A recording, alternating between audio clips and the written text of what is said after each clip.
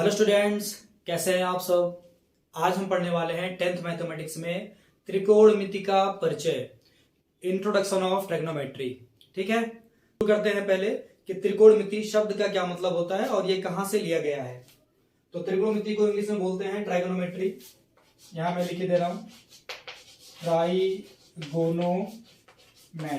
ठीक है, और ये शब्द ट्राइगोनोमेट्री ग्रीक भाषा के 3 शब्दों से मिलकर बना हुआ है, जो कि इस तरीके से हैं। पहला शब्द है ट्राई, दूसरा शब्द है गॉन और तीसरा शब्द है मेट्रॉन। ट्राई, गॉन और मेट्रॉन, इन 3 शब्दों से मिलकर ट्रिग्नोमेट्री बना हुआ है। अगर इनके अर्थ की बात करें तो ट्राई का मतलब होता है 3 या 3। ठीक है, गॉन का मतलब होता है भुजा या साइड, और मेट्रोन का मतलब होता है माप या मेजरमेंट। ठीक है, यहां आप 3 लिख सकते हैं, कोई दिक्कत नहीं है। यहां आप साइड लिख सकते हैं, यहां आप लिख सकते हैं मेजरमेंट। क्या लिख सकते हैं यहां? मेजरमेंट। ठीक है, तो जो त्रिकोणमिति शब्द है ये ग्रीक भाषा के 3 शब्द से मिला है, ट्राई, गॉन, मेट्रोन, जिनका मीनिंग होता है ट्राई का मतलब 3, गॉन का मतलब भुजा और मेट्रोन का मतलब होता है माप। ठीक है, कहने का मतलब यह है कि पूरी की पूरी त्रिकोणमिति में हम लोग 3 भुजाओं से बंद आकृति के बारे में पढ़ने वाले हैं। ठीक है, और जिसको हम क्या बोलते हैं? त्रिभुज या ट्रायंगल। अब अगर हम त्रिभुज की बात करें तो कोण के आधार पे हमारे पास 3 टाइप के त्रिभुज या ट्रायंगल होते हैं। कौन कौन से होते हैं? एक होता है न्यून कोण त्रिभुज, एक होता है समकोण त्रिभुज, एक होता है अधिक कोण त्रिभुज। यही होते हैं। न्यून कोण क्या होता है? जिनमें कोई एक कोण 90 से कम हो, उसको बोलते हैं न्यून कोण त्रिभुज। अधिक कोण त्रिभुज क्या होता है? जिनमें कोई एक कोण 90 से अधिक हो, उसको बोलते हैं अधिक कोण त्रिभुज। और समकोण त्रिभुज क्या होता है? जिसका कोई एक कोण 90 डिग्री या समकोण हो, उसको बोलते हैं समकोण त्रिभुज। तो ध्यान रखना है, अभी हम जो पढ़ने वाले हैं उसमें हमको आवश्यकता है समकोण त्रिभुज की। किसकी आवश्यकता है? समकोण त्रिभुज की। और हमको पता है समकोण त्रिभुज क्या होता है। समकोण त्रिभुज में कोई एक कोण 90 अंश का होना चाहिए, जैसे कि मैंने यहां मान लिया है। ठीक है, तो अभी जो हम पढ़ने वाले हैं त्रिकोणमितीय अनुपात, उसको हम किसी समकोण त्रिभुज के लिए पढ़ेंगे। ठीक है, इसीलिए पहले हमें यह समझना है कि समकोण त्रिभुज में जो भुजाएं हैं, जैसे कि ये भुजा हो गई, अगर इसका हम नाम दे दें, इसको आप बोल दीजिए ए, इसको बोल दीजिए बी, इसको बोल दीजिए आप सी, तो कह सकते हैं कि ये एक समकोण त्रिभुज ए बी सी है, जिसका कोण भी समकोण है। तो सबसे पहला काम यह है कि समकोण त्रिभुज में जो तीनों भुजाएं हैं उनका एक विशिष्ट नाम होता है, स्पेसिफिक नेम होते हैं, वो आपको पता होने चाहिए। साथ साथ में आपको ये भी पता होना चाहिए उसको आप कैसे पहचानेंगे। जैसे अगर मैं इस समकोण त्रिभुज की बात करूं तो यहां पर हमारे पास 2 न्यून कोण हैं, एक है कोण ए, एक है कोण सी। ठीक है, तो किसी भी समकोण त्रिभुज में जब भी आप भुजाओं का नाम लेंगे, भुजाओं के बारे में बात करेंगे, तो वहां पर आपको यह देखना है कि आप किस कोण के संदर्भ में भुजाओं का नाम बता रहे हैं। जैसे कि या तो आप कोण ए के संदर्भ में बताएंगे या तो आप कोण सी के संदर्भ में बताएंगे। कोण त्रिभुज में जो भुजाएं हैं वो 3 है। कौन कौन सी हैं? एक है लंब, यहां मैं लिख दे रहा हूं, पहली भुजा है लंब, दूसरी भुजा है आधार और तीसरी भुजा है कर्ण। लंब को बोलते हैं एल्टीट्यूड, आधार को बोलते हैं बेस और कर्ण को बोलते हैं हाइपोटेनस। जान लेते हैं कि आधार कैसे पहचानना है आपको, लंब कैसे पहचानना है, कर्ण कैसे पहचानना है।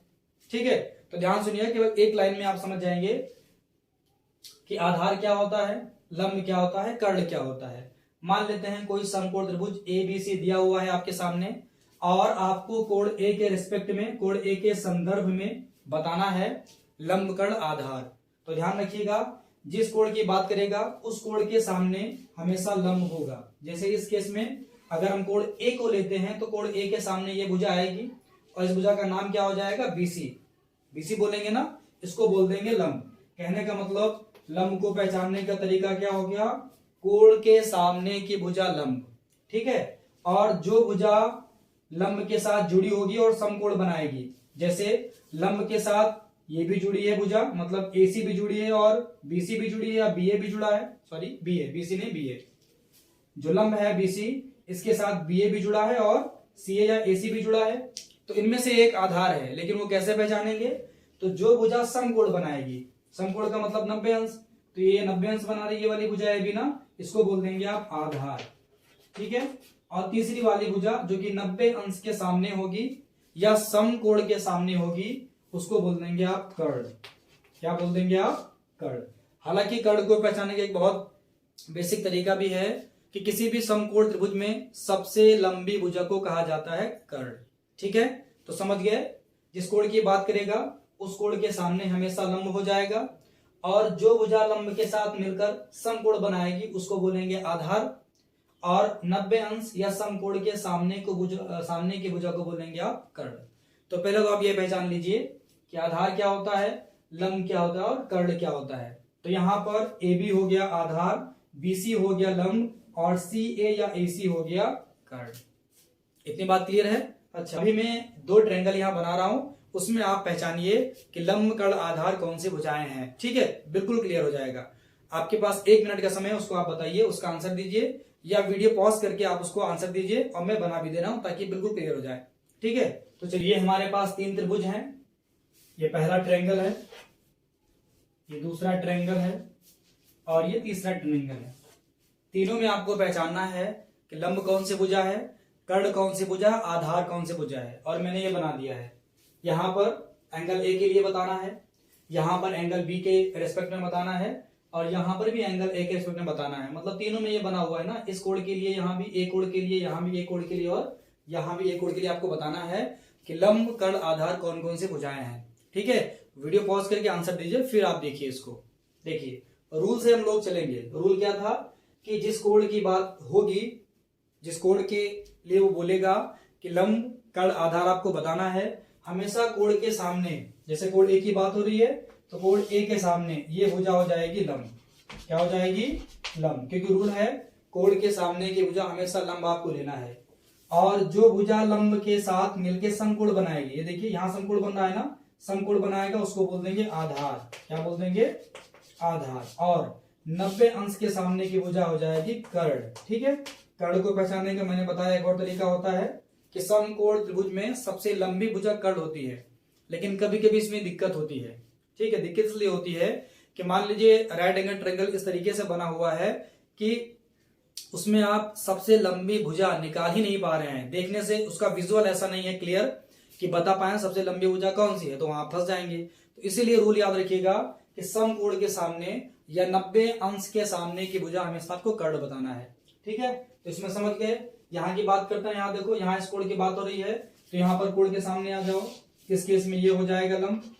ठीक है, क्योंकि ये कोण के सामने है, और चूंकि ये समकोण इसमें है तो समकोण के साथ ये वाली भुजा, समकोण जो है लंब के साथ ये वाली भुजा बना रही हो जाएगी आधार।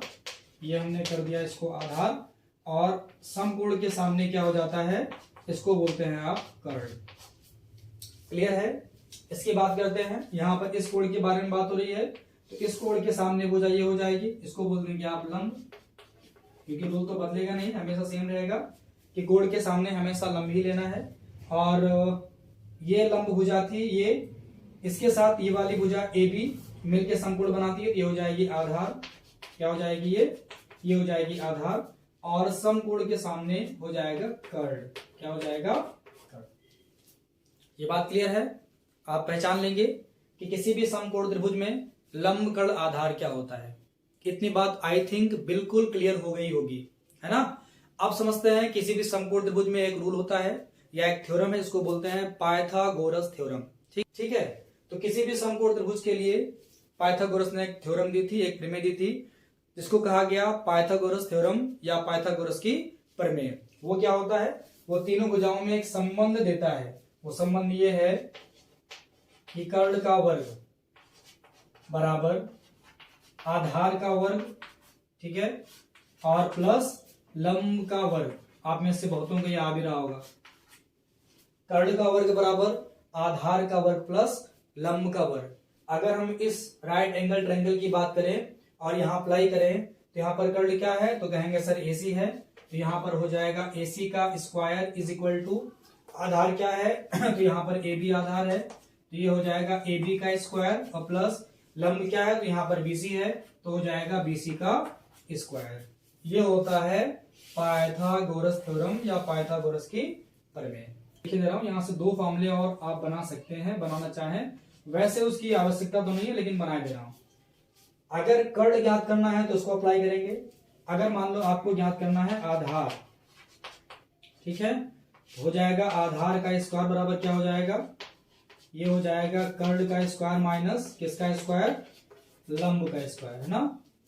ठीक है, अगर मान लो आपको लंब ज्ञात करना है तो क्या हो जाएगा, तो ये हो जाएगा लंब का स्क्वायर इज इक्वल टू कर्ण का स्क्वायर, मतलब कर्ण में से, दोनों में कर्ण में से माइनस करना है, कर्ण का स्क्वायर माइनस आधार का स्क्वायर। ठीक है, ये आपको याद होना चाहिए, ये इंपॉर्टेंट फार्मूला है। ठीक है, कि किसी भी समकोण त्रिभुज में तीनों भुजाओं में यह संबंध होता है, कर्ण का वर्ग बराबर आधार का वर्ग प्लस लंब का वर्ग। अगर इसको और सिंप्लीफाई करेंगे एक तरीके से, आधार निकालना चाहें तो ये हो जाएगा और लंब निकालना चाहें तो ये हो जाएगा। हालांकि अगर केवल ये फॉर्मूला आपको याद है तो आसानी से आपको ट्रांसफर करके वैल्यू निकल जाएगी, वैल्यू आप फाइंड कर सकते हैं। ठीक है, अब शुरू करते हैं मेन टॉपिक जो कि है त्रिकोणमितीय अनुपात। समझते हैं कि किसी भी समकोण त्रिभुज में त्रिकोणमितीय अनुपात क्या होता है। हमको समझना है त्रिकोणमितीय अनुपात क्या होता है, तो ध्यान सुनिएगा। किसी भी समकोण त्रिभुज में किन्हीं भी दो भुजाओं का अनुपात जो भी आएगा, चाहे आप कर्ण और आधार को लीजिए, चाहे आप आधार और लंब को लीजिए, चाहे आप लंब और कर्ण को लीजिए, किसी भी समकोण त्रिभुज में किन्हीं भी दो भुजाओं का अनुपात त्रिकोणमितीय अनुपात कहलाता है। लेकिन ध्यान रखना है कि त्रिकोणमितीय अनुपात किसी कोण के लिए होता है। इस केस में या तो कोण ए के लिए होगा या तो कोण सी के लिए होगा। जो किसी भी समकोण त्रिभुज में न्यून कोण है उन्हीं के लिए त्रिकोणमितीय अनुपात होता है, और ये 6 टाइप के होते हैं। ठीक है, मैं 6 का यहाँ नाम लिख रहा हूं और फिर बताऊंगा कैसे आप उसको याद रखेंगे। मतलब उन त्रिकोणमितीय अनुपातों का मान किसी कोण के लिए अगर ज्ञात करना हो तो हम कैसे ज्ञात कर सकते हैं, उसका रूल क्या होता है। ठीक है, तो सबसे पहला हमारा त्रिकोणमितीय अनुपात है साइन। ठीक है, दूसरा है कोसाइन, तीसरा है टेंजेंट, तीसरा क्या है, टेंजेंट है,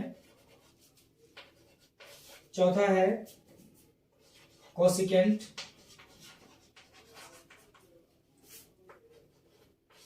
पांचवा है सिकेंट।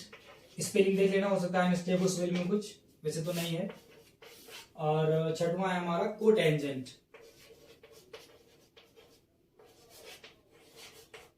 ठीक है, ये 6 त्रिकोणमितीय अनुपात होते हैं। कौन कौन से, पहला होता है साइन, दूसरा कोसाइन, तीसरा टेंजेंट, चौथा कोसिकेंट, पांचवा सिकेंट और छठवा होता है कोटेंजेंट। इन 6 का आपको याद रखना पड़ेगा, लेकिन ऐसे नहीं, फटा पड़ रहा होगा ना। इसका शॉर्ट फॉर्म भी बता दूं आपको।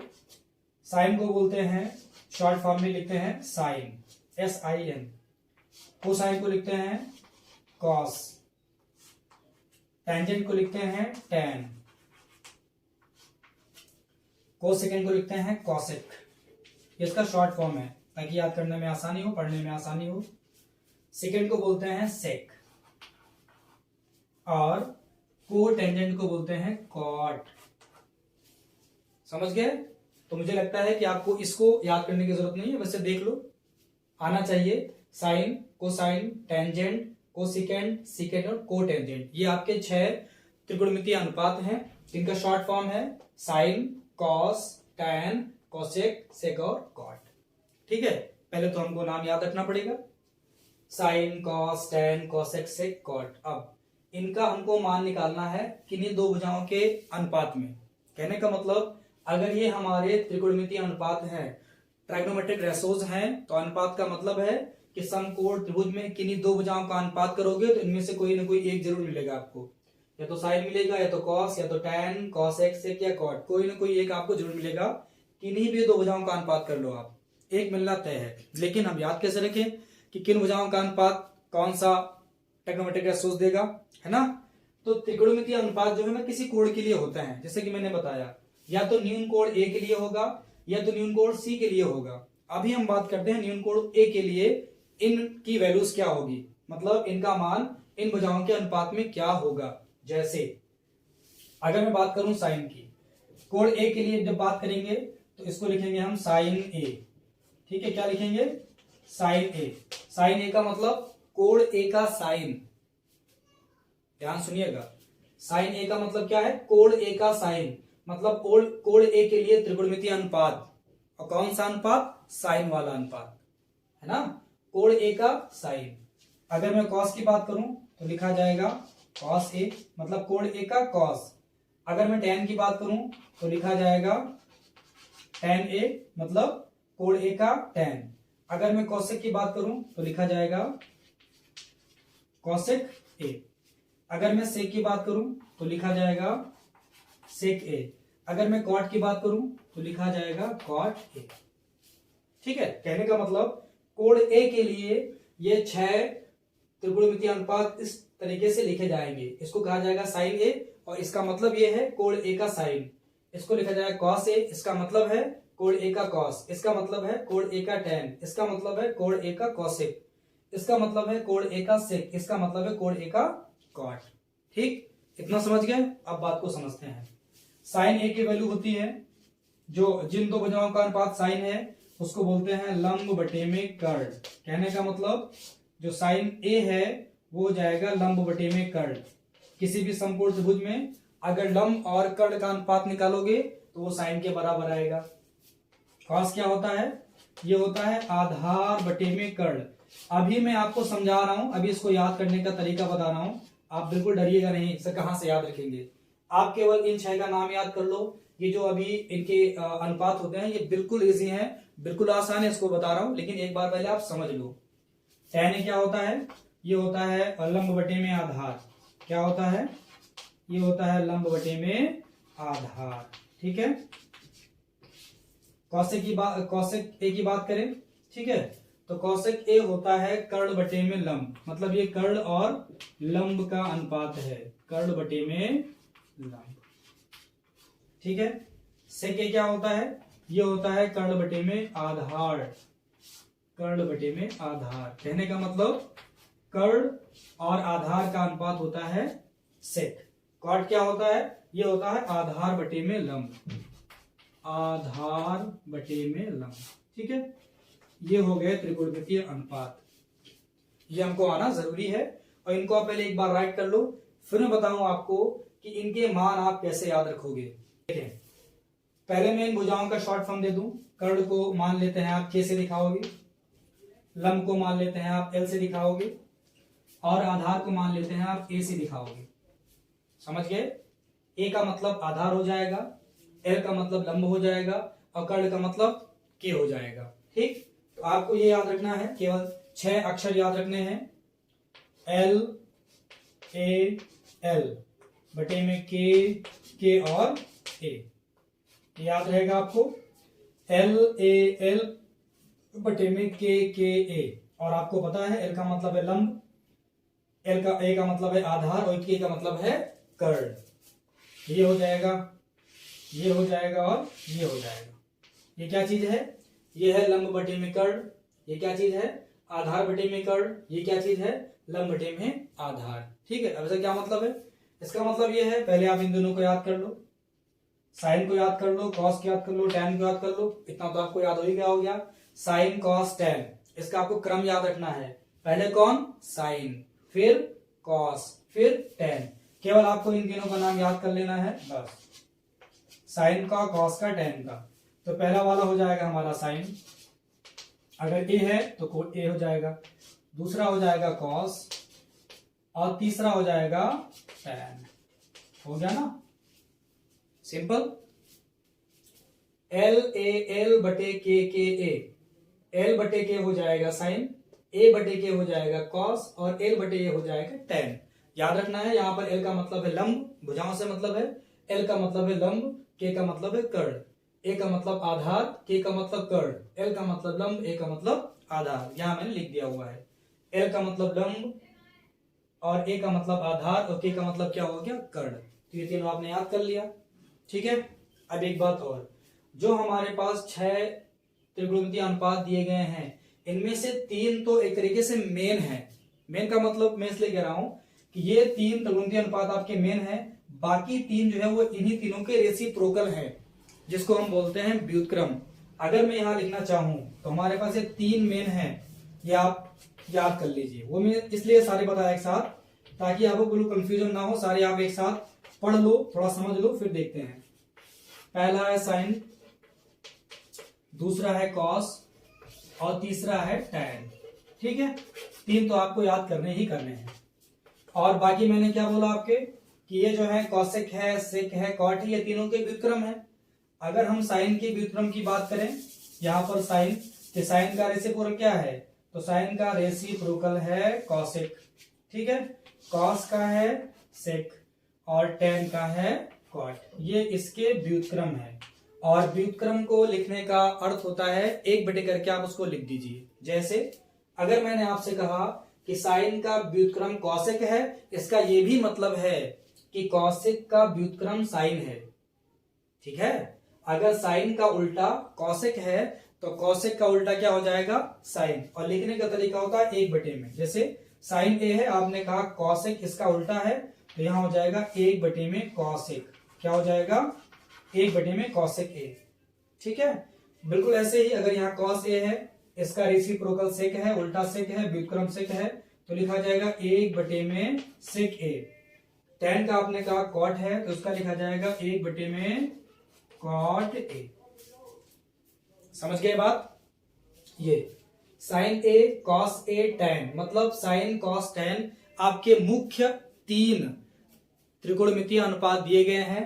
बाकी जो 3 है वो इनके व्युत्क्रम है। साइन का व्युत्क्रम कॉसेक है, कॉस का व्युत्क्रम सेक है, टैन का व्युत्क्रम कॉट है। इसको आपको याद रखना पड़ेगा। ठीक है, और दिक्कत इसमें ये आपको आना चाहिए। समकोण त्रिभुज में लंबकर्ण आधार भुजा पहचानना अनिवार्य है। समकोण त्रिभुज में पाइथागोरस थ्योरम, कर्ण का वर्ग इज इक्वल टू आधार का वर्ग प्लस लंब का वर्ग जानना अनिवार्य है। साथ साथ में हमारे पास 6 त्रिकोणमितीय अनुपात हैं, इनका आपको पता होना चाहिए। इनमें से 3 मेन हैं जो कि साइन कॉस टैन है।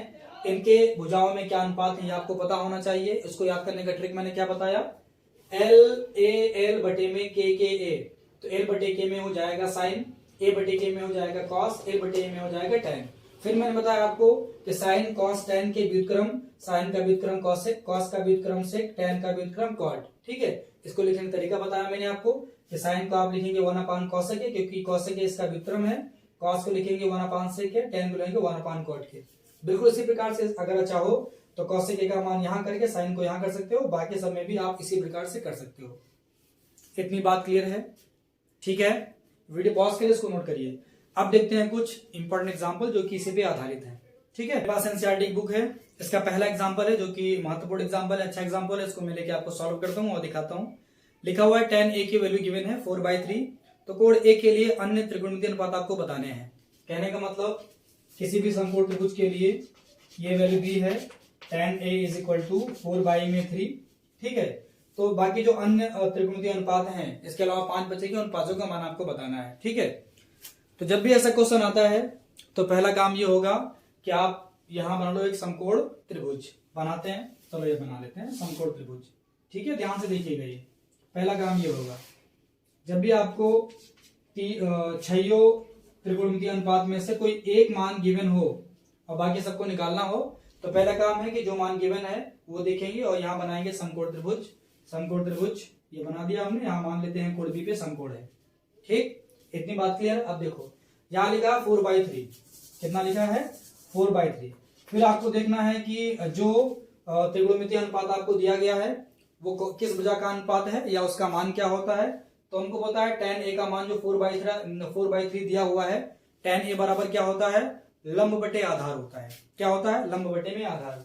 तो मैं यहां साइड में लिखे दे रहा हूं लंब बटे में आधार। ठीक है, अब यहां के बाद एक महत्वपूर्ण बात, अक्सर यहां पर बच्चे क्या करते हैं या अक्सर लोग बताते भी हैं कि लंब का मतलब हो गया 4, आधार का मतलब हो गया 3, जो कि काफी हद तक ठीक है। ठीक है, आंसर भी आपका सही आएगा, बिल्कुल सही आएगा एकदम, उसमें कोई कंफ्यूजन नहीं, कोई भी डाउट नहीं होगा। बिल्कुल भी एरर नहीं आएगा, बिल्कुल एकदम एग्जैक्ट आंसर आएगा। लेकिन एक दिक्कत है इसमें, जो कंसेप्चुअल तरीका है, एक तरीके से जो तरीका होता है किसी भी क्वेश्चन को सॉल्व करने का, जो मेथड होता है, थोड़ा सा इसमें दिक्कत आ जाएगी। वो इसलिए क्योंकि आप डायरेक्टली ऐसे मान नहीं सकते हैं। ये अनुपात में है 4/3, तो आप सीधा लंब का मान 4, आधार का मान 3 नहीं मान सकते हैं। मानेंगे तो आंसर आएगा, उसमें कोई दिक्कत नहीं है, लेकिन मान नहीं सकते हैं, रूल से ही आपको चलना है। तो जब भी अनुपात में दिया हो तो हमेशा कोई एक नियतांक आप जोड़ दीजिए। जैसे इस केस में मानूंगा लंब का मान 4, साथ में के, आधार का मान 3, साथ में के। आपको ध्यान रखना है, मैंने क्या बताया कि जो सा भी त्रिकोणमितीय अनुपात आपको दिया गया है उसको आप लिखेंगे और तुरंत यहां बनाएंगे एक समकोण त्रिभुज। ये बनाने के बाद आपको देखना है कि कौन सा त्रिकोणमितीय अनुपात आपको दिया गया है, उसका किन भुजाओं में अनुपात होता है वो। जैसे कि यहाँ पर tan दिया है, तो tan होता है लंब बटे में आधार, तो हमने लिख दिया यहाँ पे लंब बटे में आधार। फिर आपको मैच कराना है, यहाँ पर अंश में क्या है लंब, यहाँ पर अंश में 4 है, तो लंब का मान लेंगे 4 इंटू में के, क्यों कोई नेता का खुद से ले लेंगे। तो ये है लंब, तो यहाँ हम लिखते हैं 4 और के। ये बात समझ गए। हर में क्या है यहाँ आधार, यहाँ कितना है 3, तो यहाँ लिख देंगे आप 3k, क्योंकि ये आधार है इसका, के लिख देंगे, इसमें कोई दिक्कत नहीं। इसके तुरंत बाद क्या करेंगे, जो कि हमारा समकोण त्रिभुज है, तो हमको आधार पता है और लंब पता है, हमको कर्ण फाइंड करना है। कौन आ जाएंगे यहाँ, पाइथागोरस आ जाएंगे तुरंत, उनका लगाएंगे प्रमेय, थ्योरम आ जाएगा, कर्ण आ जाएगी। क्या होता है उनका थ्योरम, उनका थ्योरम होता है कि कर्ण का वर्ग होता है, बिल्कुल होता है, कर्ण का वर्ग बराबर होता है आधार वर्ग और प्लस लंब वर्ग। अगर हम कर्ण की बात करें, कर्ण यहाँ पर क्या है, तो कहेंगे सर कर्ण यहाँ पर AC है, तो AC का स्क्वायर इक्वल टू आधार क्या है यहाँ 3k है, तो हो जाएगा 3k का स्क्वायर। ठीक है, लंब क्या है यहाँ 4k है, तो हो जाएगा 4k का स्क्वायर। क्लियर है, बिल्कुल क्लियर है। यहाँ देखिए 3k का स्क्वायर मतलब 3 का स्क्वायर 9 हो जाएगा, और k का स्क्वायर k स्क्वायर हो जाएगा, प्लस 4 का स्क्वायर का मतलब 4 का स्क्वायर हो जाएगा 16, और k का स्क्वायर हो जाएगा k स्क्वायर हो जाएगा, बिल्कुल हो जाएगा। यहाँ पर 9 16 कितना होता है 25, तो हो गया 25 और k का स्क्वायर। ये आ गई AC स्क्वायर की वैल्यू। अगर आप यहाँ AC की वैल्यू फाइंड करेंगे तो यहाँ जाएगा स्क्वायर रूट, आप जानते हैं, तो यहाँ हो जाएगा 25 और k का स्क्वायर। आगे सॉल्व करेंगे तो 25 5 का स्क्वायर है, तो यहाँ से 5 निकल आएगा, आ रहा है ना, निकलेगा ना 5, बिल्कुल निकलेगा। और के स्क्वायर में क्या निकल आएगा यहाँ पर के, कहने का मतलब जो कर्ण है इसका मान कितना आ गया, इसका मान आ गया 5k आ गया। बाकी मान आप निकाल लीजिए, कैसे निकालेंगे, हमारे पास 6 त्रिकोणमितीय अनुपात होते हैं। एक तो यहाँ दिया हुआ है, क्या दिया हुआ है tan a, यहाँ मैं लिख दे रहा हूं, tan a का मान दिया 4/3 दिया है ना, ठीक है, ये आपको पता था पहले से। इसके बाद दूसरा हम क्या निकालते हैं, निकालते हैं sin a, निकाल लेते हैं। ये क्या होता है L बटे k a, तो L बटे a आता है पहले, नहीं L बटे k आता है लंब बटे में कर्ण, तो लंब का मान कितना है, तो कहेंगे सर होता है 4k, होता नहीं है इस केस में दिया हुआ है। कर्ण का मान कितना दिया है, तो कहेंगे सर 5k। याद करिए, ये बोल तो नहीं गया ना, तो यहां लिखे दे रहा हूं, कहां लिखूं, यहां लिख दे रहा हूं L बटे में k और a, तो ये L बटे a बटे k और L बटे में a, ये होता है साइन, ये होता है कॉस, ये होता है लंब, है ना। तो ये था लंब बटे में कर्ण, लंब का मान 4k, कर्ण का मान 5k, तो 4k बटे 5k, k से k कैंसिल, कितना आ गया 4/5। ध्यान से देखिएगा ये, ठीक है, इंपॉर्टेंट क्वेश्चन है।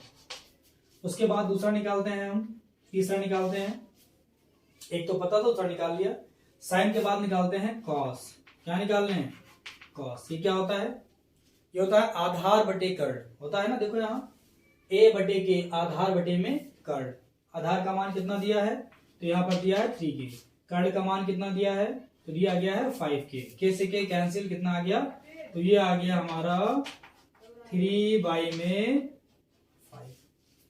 आ गया।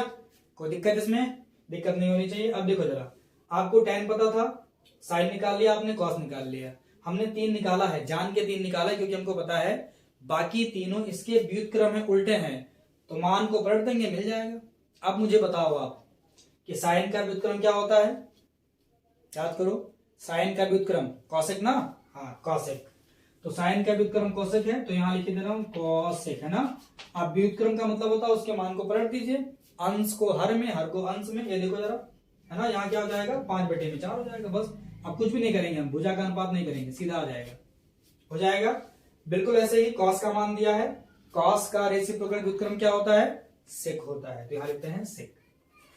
लिखा जाए, बिल्कुल लिखेंगे। ये क्या हो जाएगा, कॉस का व्युत्क्रम, कॉस का मान कितना आया था 3/5, हो जाएगा 5/3 हो जाएगा, बिल्कुल हो जाएगा। अब लास्ट बचा हमारा कॉट, निकाला जाए। कॉट किसका व्युत्क्रम है, ये tan का, तो tan की वैल्यू 4/3 हो जाएगी 3/4। ठीक है, सारे मान निकाल लिए, ऐसे आप निकाल लीजिएगा जो भी क्वेश्चन दिए हैं इस टाइप के। कहने का मतलब अगर 6 त्रिकोणमितीय अनुपात में से कोई एक मान आपको दिया रहेगा तो आप पांचों निकाल सकते हैं। उसका रूल यही है कि पहले आप उसको लिखेंगे और समकोण त्रिभुज में जो भुजा ज्ञात है उसको निकाल लेंगे, उसके बाद तो आपको पता हो ही जाएगा। क्योंकि जब समकोण त्रिभुज में हमने तीनों भुजाएं निकाल ली तो कोई भी त्रिकोणमितीय अनुपात वो भुजाओं का अनुपात होता है ना, आसानी से आ जाएगा। ठीक है, तो tan a की वैल्यू गिवन है, ध्यान दीजिएगा। एग्जांपल सेकंड है ये, tan a की वैल्यू आपको पता है 1 दिया हुआ है। ठीक है, तो प्रूफ करना है आपको, टू प्रूफ, क्या प्रूफ करना है, 2 इंटू में साइन a इंटू में cos a is equal to कितना, इज इक्वल टू 1 लेके आना है। कोई दिक्कत नहीं, ला देंगे, लाया जाए, बिल्कुल लाते हैं। चलो, tan a 1 दिया हुआ है, क्या बनाएंगे यहाँ बनाएंगे हम लोग समकोण त्रिभुज, ये बना दिया। अब थोड़ा ध्यान दीजिएगा, 1 का मतलब क्या है, 1 का मतलब है 1/1, यही मतलब है ना। और हमको पता है कि tan a क्या होता है, L/K लास्ट वाला, लंब बटे कर्ण, क्या होता है, लंब बटे कर्ण। तो लंब का मान, अगर हम इस कोण को मान लें, यहाँ पर देखो लिखा हुआ है कोण भी समकोण है, ये मान लो a हो गया, ABC हो जाएगा C, तो लंब बटे में कर्ण। तो अगर ये 1 तो ये भी कितना हो जाएगा, 1 हो जाएगा। और ये मान निकालो कितना हो जाएगा, ये इस मान को निकालेंगे तो 1 का 0 हो जाएगा। ये क्या है, कुछ दिक्कत है क्या इसमें,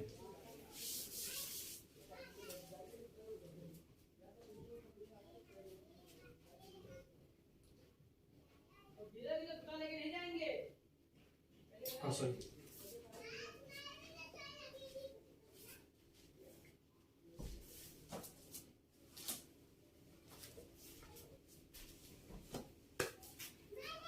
तो ये दूसरा एग्जांपल हमने लिया हुआ है, लिखा हुआ है tan a की वैल्यू कितना गिवन है। तो दूसरा एग्जांपल लेते हैं, उसमें tan a की वैल्यू कितना गिवन है, 1। आपको फाइंड करना है, प्रूफ करना है, 2 sin a into cos a equal to 1 होता है। ठीक है, तो मैंने क्या बताया था, पहले आप बनाएंगे समकोण त्रिभुज, क्या बनाएंगे, यहाँ बनाएंगे एक समकोण त्रिभुज, बना दिया। ये मान लेते हैं कोण a है, कोण b पे समकोण है, क्वेश्चन में गिवन है, और ये हो गया c। ठीक है, तो यहाँ पर tan a का मान 1 दिया है, और हमको पता है 1 का मतलब यहाँ पर क्या है, 1 का मतलब है 1/1 है।